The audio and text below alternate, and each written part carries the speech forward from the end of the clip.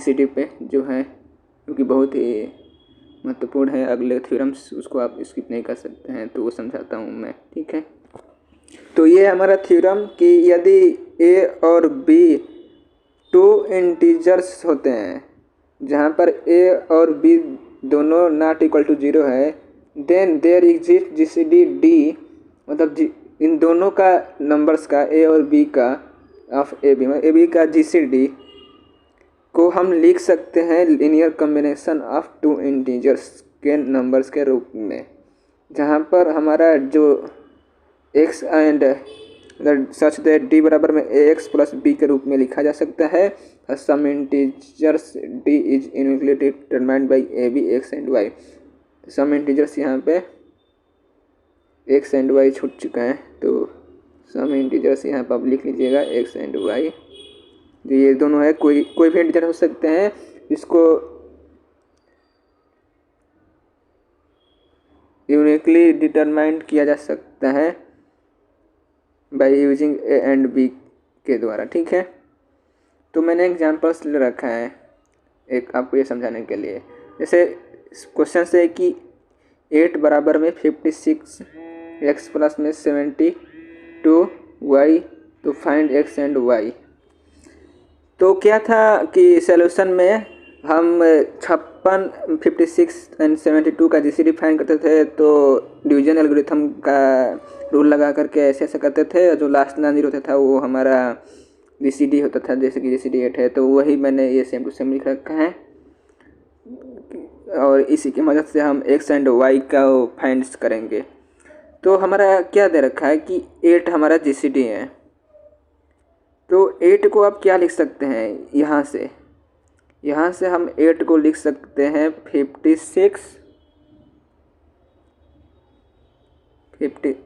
56 और माइनस में ये इधर चला जाएगा, तो क्या आ जाएगा 16 गुणे में 3, ये होगा, ठीक है। तो अगला क्या है, देखिए अब जो ये r है, इसके जस्ट ऊपर वाले में से ही r का वैल्यू यहाँ पे रखते हैं। तो अब क्या रखेंगे, 60 का वैल्यू ऊपर रखेंगे इसमें, तो ये क्या हो जाएगा 56 माइनस में 16 का वैल्यू यदि मैं रखता हूँ, तो 16 बराबर यहाँ से क्या मिलेगा 72, और ये इधर जाएगा तो माइनस 56, और ये आपका पहले से 3 है।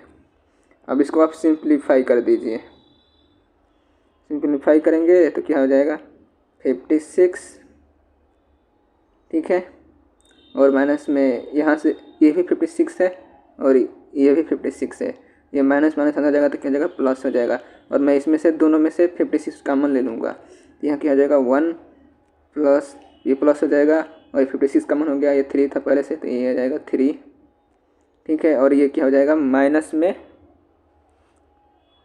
72 और ये 3 का गुणा 8, यह क्या था 8, तो ये क्या हो जाएगा 8 बराबर हो जाएगा 56 इंटू 4 माइनस में 73 गुणे में 3। तो गिवन क्या है हमारा, गिवन है 8 बराबर में 56 एक्स माइनस में 72 वाई। इसको इक्वेशन नंबर 1 मानिए, इसको इक्वेशन नंबर 2 मानिए। यहाँ से कंपेयरिंग करने पे वी गेट, यहाँ क्या करते हैं 56 हो गया, यहाँ से x बराबर क्या मिल गया आपको 4, और यहाँ से y बराबर क्या मिल जाएगा 72, ये है, तो y बराबर इसका गुणांक क्या है 3, तो y बराबर क्या हो जाएगा हमारा, ये माइनस है कि प्लस है, 56 प्लस है, ठीक है। तो क्योंकि ये तो मैंने माइनस से लिया था तो ये होगा प्लस, तो यहाँ क्या हो जाएगा -3, y बराबर क्या आ जाएगा आपका आंसर -3। तो आपका इस प्रकार से x और y को डिटरमाइन किया जा सकता है। इसका एक थ्योरम्स भी आता है कि वो मैं अभी बताता हूँ, जिसका नाम है लीनियर डाइफेटाइनाइट इक्वेशन, यह इक्वेशन की एक्स एंड वाई को यदि ये जीसीडी नहीं दिया है तो ये मतलब डी बराबर एक्स प्लस बी वाई है। ये जो चीज़ है, तो इनमें एक्स और वाई का मान कब मतलब एग्जिस्ट करेगा वो चीज़ बताती है कि आखिर ये डी है तो इस एक्स और वाई का कोई सलूशन मिलेगा कि नहीं मिलेगा, वो हमारा एक थ्योरम बताता है, मतलब एक इक्वेशन है। उस इक्वेशन की मदद से आप उसको एक्स और वाई को फाइंड कर सकते हैं। तो वही मैं बता रहा हूँ कि आखिर वो चीज़ क्या चीज़ है। तो मैं उसको लिखता हूँ और उसके बाद मैं आपको एक्सप्लेन करता हूँ, ठीक है। तो इसे मैं डस्ट कर देता हूँ और उसको लिखता हूँ और एक्सप्लेन करता हूँ, ठीक है। तो हमारी जो नेक्स्ट थ्योरम है वो क्या बोलती है, द लीनियर डाइफेनाटाइन इक्वेशन। इस इक्वेशन को हम बोलते हैं लीनियर, ये जो इक्वेशन है लीनियर डाइफेनाइट इक्वेशन, इस इक्वेशन को बोलते हैं एक्स प्लस बी वाई बराबर सी को हैज ए सॉल्यूशन। इसके पास एक सॉल्यूशन होगा if and only if D divides करेगा सी को, मतलब कि ये जो इस इक्वेशन में सी है ये डिविजिबल होगा सी डी से, जहाँ पर डी जो हमारा है डी ये GCD of a and b. इस इक्वेशन में ए और बी का जीसीडी फाइंड करने पे जो संख्या आपको मिलेगी यदि वो संख्या सी को डिवाइड्स करती है तब इसके पास एक पर्टिकुलर सॉल्यूशन होगा। मान लीजिए कि इसके सॉल्यूशंस के आंसर आते हैं एक्स नॉट और वाई नॉट, कोई संख्या आ गई, मतलब कि इस एक्स का कोई एक्स बराबर में 1 आ गया और वाई बराबर में कुछ 1 या कुछ मतलब कुछ भी आ गया, तो वही एक्स नॉट और वाई नॉट है। Is the particular solution then the other solution are given by, मतलब इसके जरूरी नहीं है कि ये एक ही सॉल्यूशन होगा, इसके एक से अधिक सॉल्यूशन होंगे। जो दूसरे सॉल्यूशन होंगे वो इस प्रकार से दिए जा सकेंगे। जो x का वैल्यू है x बराबर एक्स नॉट प्लस b जो दूसरा नंबर है उसको d से मतलब कि जीसीडी से डिवाइड करके t के किसी भी इंटीजर से, मतलब t जहाँ पर कोई भी इंटीजर से मल्टीप्लाई करते हैं तो आपको x मिलेगा, वो भी एक सॉल्यूशन होगा इस इक्वेशन का। उसी प्रकार से आप y को फाइंड करेंगे तो वाई नॉट जो आपको मिला वो और माइनस में a बाई डी और t, तो इससे आप y फाइंड करेंगे जहाँ पर t हमारा बिलोंग करता है कोई भी इंटीजर्स में। इसका मतलब ये है, ठीक है। जैसे एग्जांपल्स में दिखाता हूँ आपको, जो मैंने पहले ही फाइंड किया था इसका ये था 50x प्लस में 72y बराबर 8, ये था। तो इसका आंसर आपको पहले ही मैंने बताया था क्या आया था, x बराबर में आपको मिला था, आप देख सकते हैं पीछे जाकर के x बराबर 4 आया था और y बराबर में -3 आया था। देखिए ये हमारा क्या है d, ये d जिस संख्या को डिवाइड्स करेगा वो उस संख्या का एक ना एक सॉल्यूशन होगा पर्टिकुलर। जैसे 8 किसको डिवाइड करता है, मान लीजिए हाँ 8 40 को डिवाइड करता है, ठीक है। यह 16 8 दूनी 16, मतलब 8 का मल्टीपल्स जो भी है उस सारे नंबर्स में रखने पे हमारे x और y को फाइंड किया जा सकता है। चलिए मैं यहाँ पे 40 को रखता हूँ, मतलब ये इसका भी एक सॉल्यूशन होगा 8 40, तो ये मल्टीपल्स है 8 गुणे सम इंटीजर्स 5 का, मतलब कि सी डिवाइड करता है तो है ना सम को इंटीजर्स आता है, डिवाइड करने का मतलब यही होता है, ठीक है। तो इसका भी एक सॉल्यूशन होगा और इसका सॉल्यूशन देखिए क्या होगा।